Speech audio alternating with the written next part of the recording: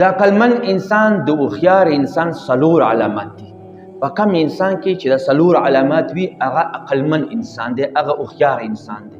اول کله چې یو جاهل انسان، یو ناپوهه انسان دې سره بحث مباحثه کوي نو دې صبر نه کار اخلي، هغې ته بحث مباحثه نه کوي، ځکه چې جاهل سره بحث کول د خپل وخت ضایع کول دي.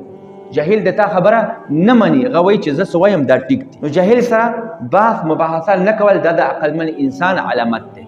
دویم د نفس خبره نه منل، ځکه چې کم انسان د نفس خبره همیشه مني دا به د هلاکت کندې ته غورځېږي، دا به همیشه ناکام وي. دریم خپل مال په صحیح ځای کې خرج کول، د الله په لارې کې خرج کول، مسجد مدرسې باندې خرج کول، خپل اولاد باندې خرج کول، بې ځایه نه خرج کول.